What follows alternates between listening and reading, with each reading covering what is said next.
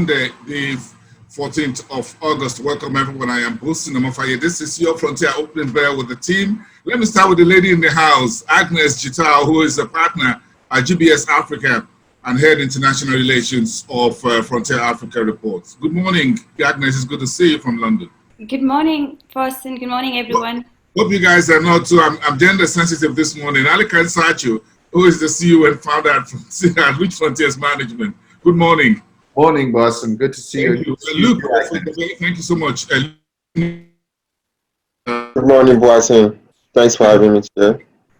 Let's start with the African markets. Nigeria market is Thursday and Friday. Positive close and finished 0.05%. The next territory, the clear.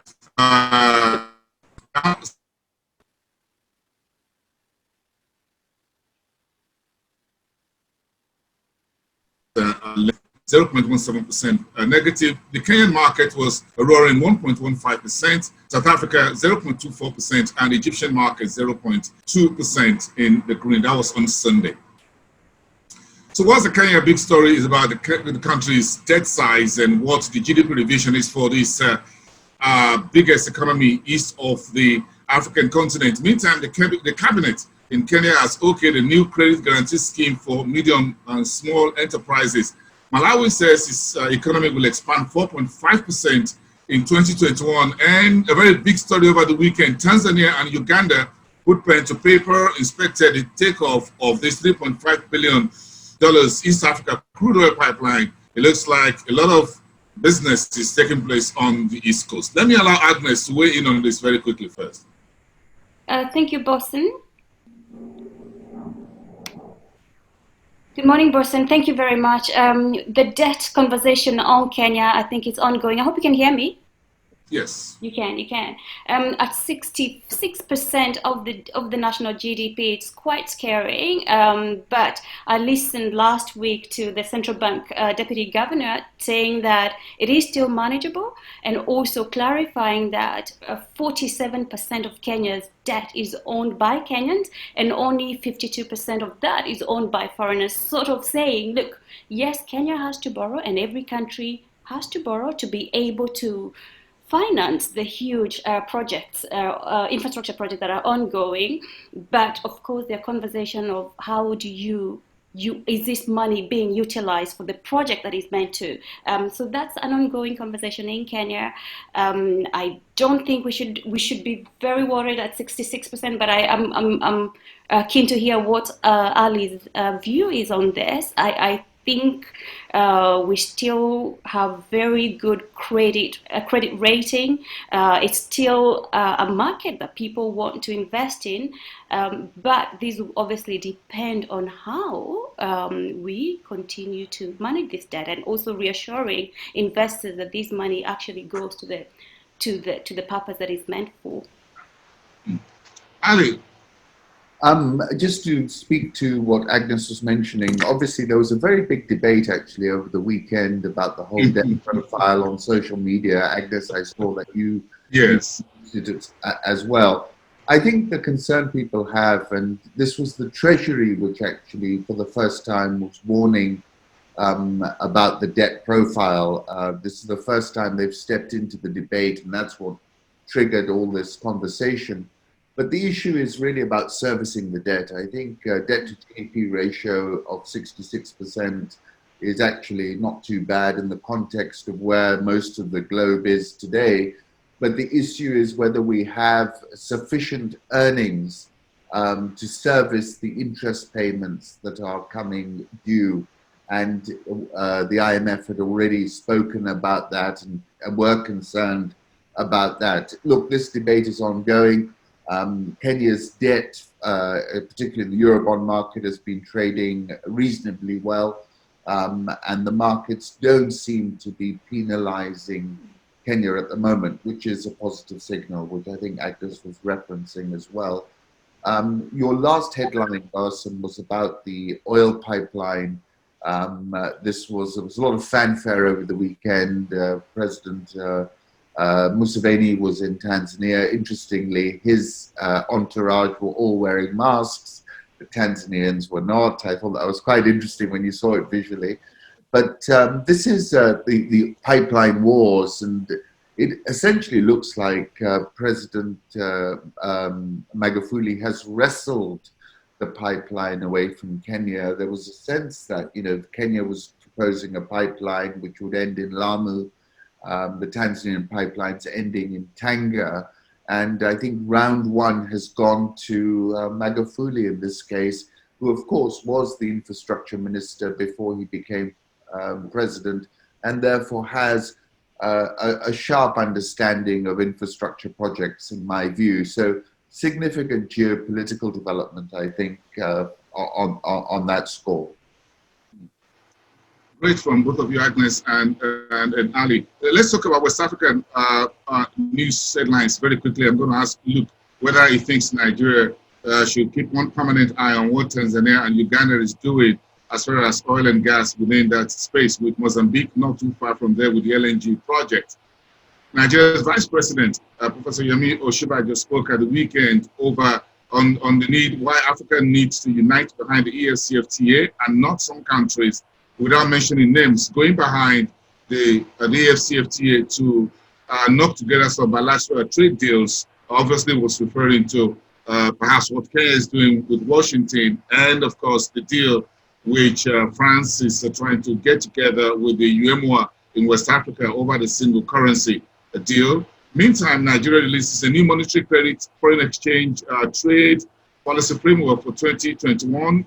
Nigeria's central bank says external reserves will be around 29 billion for $34 billion by the end of the year. Viability of external sector in 2020 is expected to deteriorate. That's according to this 150-page document. An output growth for Nigeria is seen between minus 3.1% and a positive 0.4% for the year. Luke, come in here on this. Do you think the central bank is being optimistic, or is quite on the ball when it comes to this forecast? So thank you, Boase. First and foremost, I will start with your first comment on the AFCTA. That's it. On the oil and gas in Tanzania, Uganda. Okay. Yeah, so on that note, I do not think so. But when you look at the Nigeria's oil and gas sector, we still have a bit of, we still have, not even a bit, we still have significant challenges that are really affecting output in the oil and gas sector. We still have the cases of oil theft in the Niger Delta.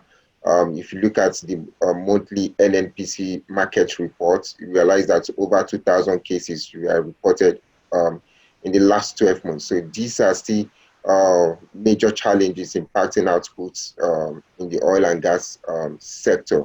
Also, we still have the regulatory uncertainty. The PIGB is yet to be passed into law. So we still have a number of foreign investors on the sidelines awaiting clarity on what the PIGB is going to unveil in the oil and gas sector.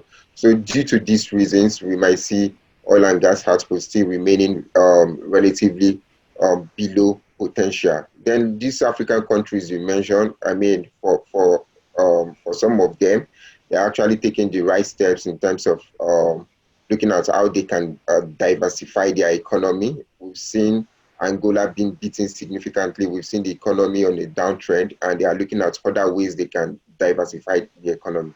And we think that's also the part that Nigeria has been trying to take for some time, just that we've been seeing all these along the way in some other sectors, like the agri, for instance. We are still dealing with security issues in the middle belt, which is affecting food security in Nigeria. So if the government can really help to resolve this, that can actually help to boost growth in other sectors. And still on the agri sector, there was a time we mentioned on this meeting that we should be looking at the industrialization of the entire agri sector. Because right now we are mainly focused on the production of raw crops.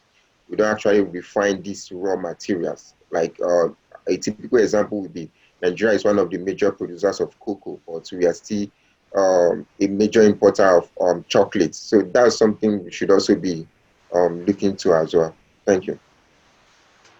Great. Agnes, when you look at the Nigerian story, I'm sure you're a little bit familiar with that terrain as well. What's your take on what the Vice President said about everyone should unite behind the EFCFTA? think that's quite interesting, knowing Nigeria has been very cautious about the whole African Continental Free Trade Agreement. They were very late to sign up to it. At the same time, around was it last year when they closed the border between Nigeria and Niger, and I think sometimes part of the year also with Ghana. So it's quite interesting to see the Vice President talking about the importance of rallying behind this regional trade agreement. It is positive, but I think Boston, there's a lot of talk about the importance of this movement, but I think when it comes to the implementation and making sure that every African government is on board, that is when we're gonna put all this agreement to test. So certainly a good move. It would be great to see Nigeria. I'm aware that the Nigerian trade union, the Nigeria private sector, was the one actually that was very cautious about joining the whole movement. They thought, well, it doesn't benefit us at all. They were worried that Egypt, South Africa, and Kenya would be the biggest beneficiary when the trade agreement comes into operation. But hearing the Vice President speaking at that level, I think it's interesting, and also goes to what Luke has said. I think there's been a lot of talk in Nigeria about the importance of diversifying your economy, not to depend on oil, and to open up the services sector and the agriculture sector. Another good comment on the same was President Buhari's saying, talking about the efforts of promoting the agriculture sector. So a lot of opportunities, and again, like any other African story, we speak a lot of the possibility, but when it comes to actually doing it, that's the real test. That's a real question. Let's walk the talk. Let's go to Southern Africa, really, because it's a very big week for the South Africa. We had the GDP last week. Then this week we're looking at the Reserve Bank meetings and decisions on the 16th. That's on Wednesday. Ali, this is it. It's not looking good when it comes to the soundbites we're getting from Tito Mboweni talking about the state of the market. Then you had over the weekend that the profits hit on coronavirus by the banks may take a decade or more to recover. It doesn't really look good right now. What's your take on what to expect? Reuters, in a survey on Friday, says the SARB is expected to do 0.25 cuts this week on Wednesday. That's an interesting prediction. I think, you've had a recent improvement in the Rand, Barson, which has been around 1666. And I think that's in line with better global risk appetite. And that's probably giving them a little bit of room to cut rates further. But I think, they're now pushing on a string in South Africa. I'm not convinced that a quarter point is transmitting into the real economy. The numbers were obviously dreadful. We saw those GDP numbers. All of us saw that. It was a hard lockdown in South Africa, but this is 4 consecutive quarters of negative GDP growth. Per capita GDP growth has been negative now for more than 7 years. So it's very much an intractable problem. But what is good about South Africa is we know the data is right. We know we're getting accurate data points. Tito Mboweni, I'm a great fan of him. I mean, he tells it to us straight. I wish other finance ministers would speak in the same way as he does. For now, I think South Africa is coming out of a very difficult position. And there's so many intractable problems. SOEs need to be resolved. So I personally think it's going to be a long journey back for South Africa. And the banks, as that report said, will take a very long time to see a recovery. They'll probably recover better in those banks which have got other sub-Saharan African businesses ahead of their South African business recovery, in my opinion. Look, what's your take on Nigeria's market week? So last week we saw a downtrend. If you look at this week, look very quickly, just the point is, if you look at this week, what do you think for the playbook here? As we've restarted the airlines, resumed international flights, we started selling back into the FX market by the central bank. It looks like exchange rate went down again on Friday, down to about 450 to the dollar. Where do you think we go? Where do we stand this week? This week in the equity markets, I think we'll see more of mixed trading. So we might see bargain hunting in the banking sector. Last week, the banking sector was one of the worst performers. It was mainly due to sell pressure we saw, because a week before that, we saw like a positive sentiment on the sector. So this week, given that a number of stocks in the banking sector are trading at very low levels, we might see investors cherry picking on some of these stocks. So we might see a positive trading sentiment on the banking sector. However, for the consumer goods sector, we are still seeing pressure on that sector index, mainly driven by the fact that the impact of COVID-19 on the operations of these companies has not really reduced. We are still seeing for Nigerian breweries, for instance, Nigerian breweries, Guinness, their supply chains are still being impacted by this pandemic. So the expectation is that their results in the second half of the year will still not come out impressive. So on that basis, we might still continue to see sell pressure on these stocks. Then for the oil and gas sector, I mean, looking at what the oil market is doing right now, Brent is now trading below $40 per barrel. So for the upstream company listed on the NSE, which is Seplat, we might see sell pressure on that as well. Then for the industrial goods, given what they did in the first half of the year, it was a way of making a statement to investors that their performance might not be heavily impacted by the pandemic. So we might see them releasing stronger than expected results in the second half of the year. So on that basis, we might see continued positive sentiments on the stock. So overall, it then depends on which of these heavy counters, the likes of Dangote Cement, MTN, will close up, and the ones that will close higher. So if we see more of positive sentiment on the heavy counters, then the markets might likely close up this week.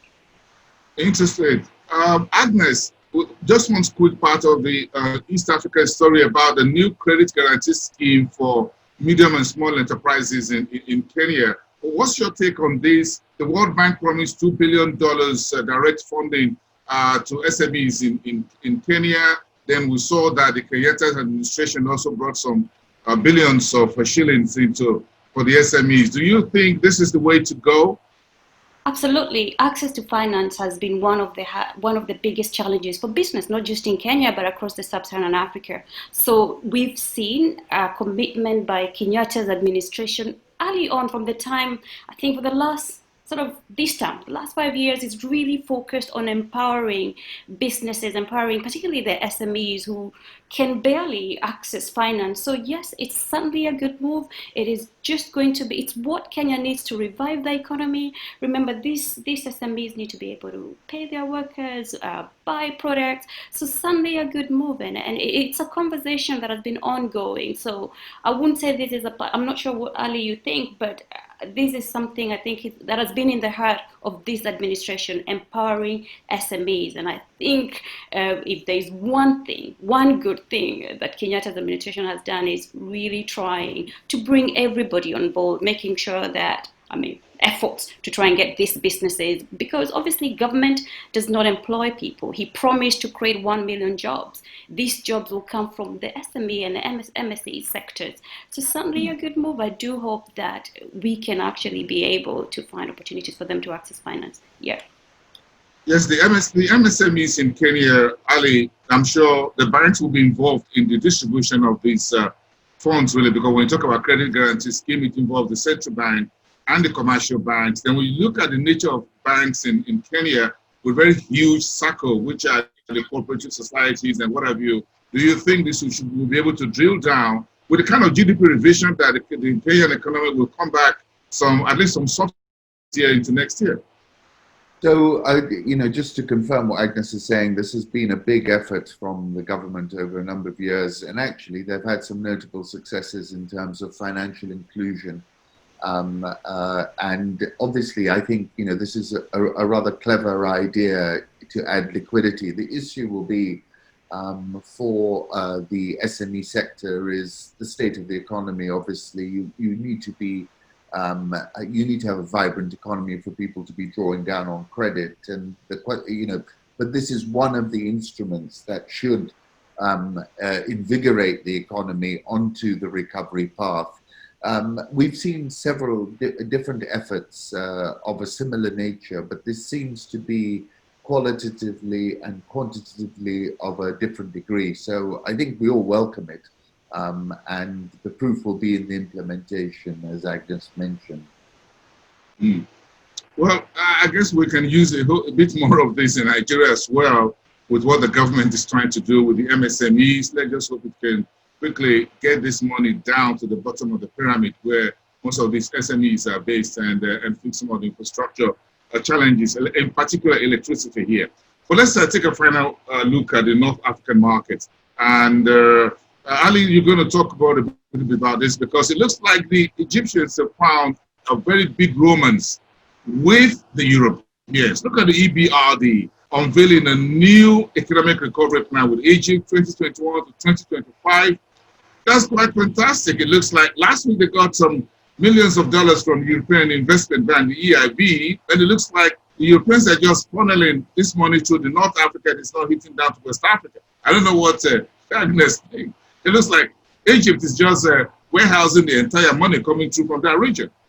And of course, I like Morocco's story about being the 75th in 2020 global innovation.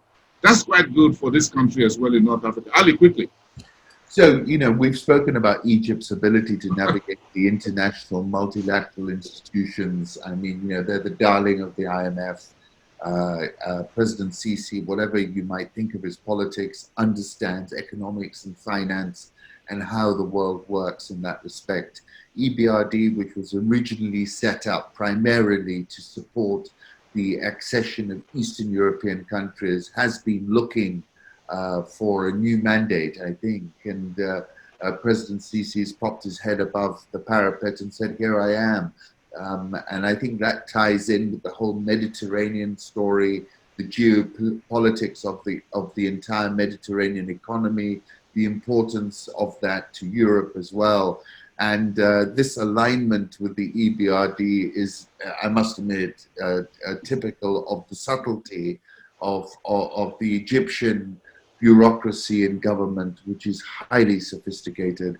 And I imagine this will mean quite a bit of money is availed to the Egyptian economy. So kudos to them. They really know how to press the right buttons in a way I feel many of our other administrations just don't appreciate or understand. Morocco, that's a very significant moment.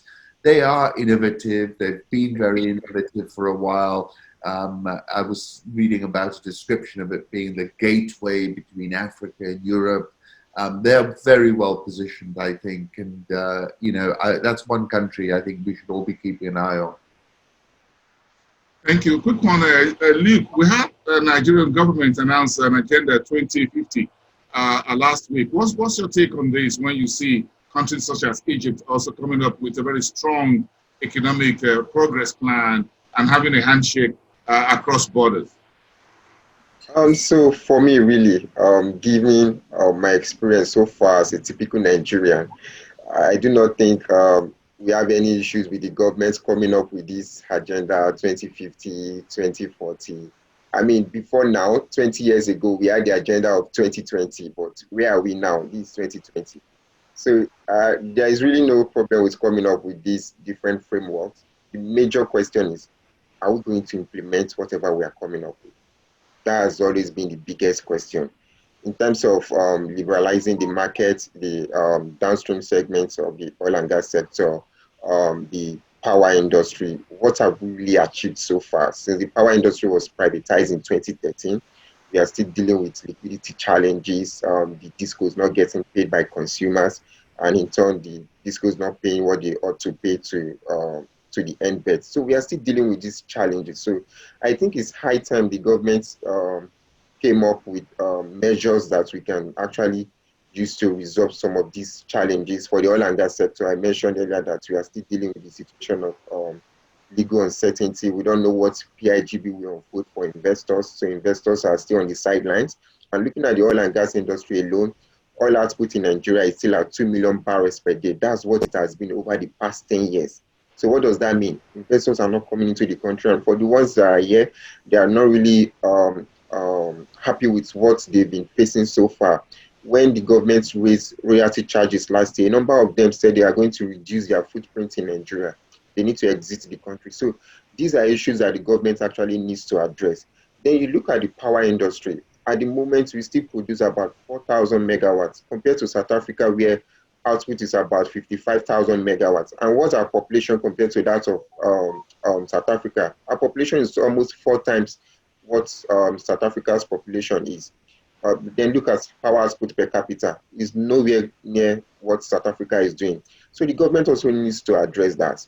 And you can't attract foreign investors, despite the fact that the power industry is actually a very profitable industry to investors, if we don't put the right measures in place. That sector is still being regulated. We are talking about a sector where gas sale to power producers is regulated at a market cap of about $2.50, whereas to industrial players, the price of gas is about $7.50. Look at the wide margin.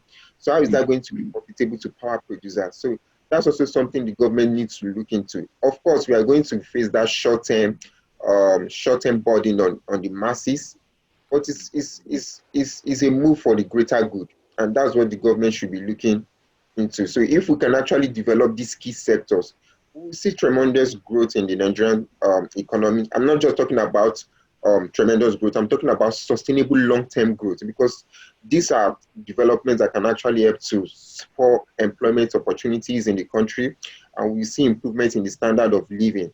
If we can get the power sector right alone, a number of sectors will pick up alongside. So I think these are things that the government actually needs to look into, and not just coming up with Agenda 2050, 2040.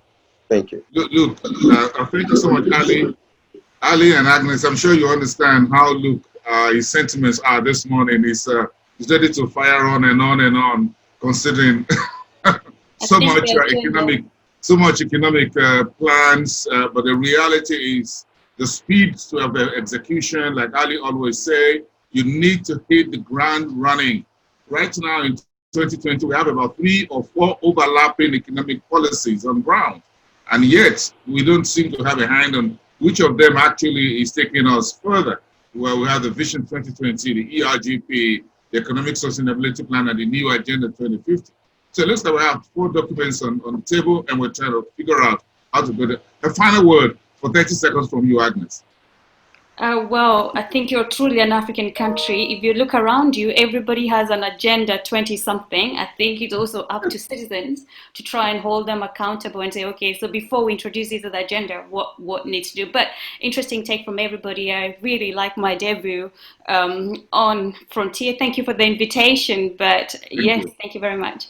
Thanks so much. I appreciate it. Ali Kansatu, thank you so much, Ali. We appreciate your time from Rich Frontiers Management. Luke Ufojebe, thank you. From Vetiva Capital. And Agnes, thank you so much from GBS Africa, our partner there and head of Frontier Africa Reports International Relations. Thank you so much. Have a great week, everyone, and see you next time. There's